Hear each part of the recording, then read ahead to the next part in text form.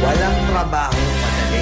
Wala kang karapatang maliitin yung trabaho ng iba. Yung iba sasabihin, gwardiya lang naman yan, rider lang naman yan, construction worker lang naman yan, gasoline boy lang naman yan, fast food crew worker lang naman yan.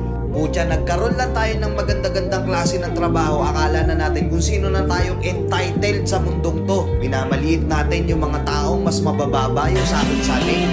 Pagkakaalam ko kasi, wala kang karapatang maliitin o matahin yung trabaho ng iba hanggat nagtatrabaho sila ng marangal. Walang trabahong madali. Lahat nagdadaan sa hirap. Lahat nagsasakripisyo.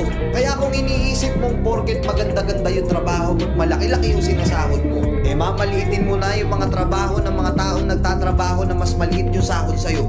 Mag-isip-isip ka.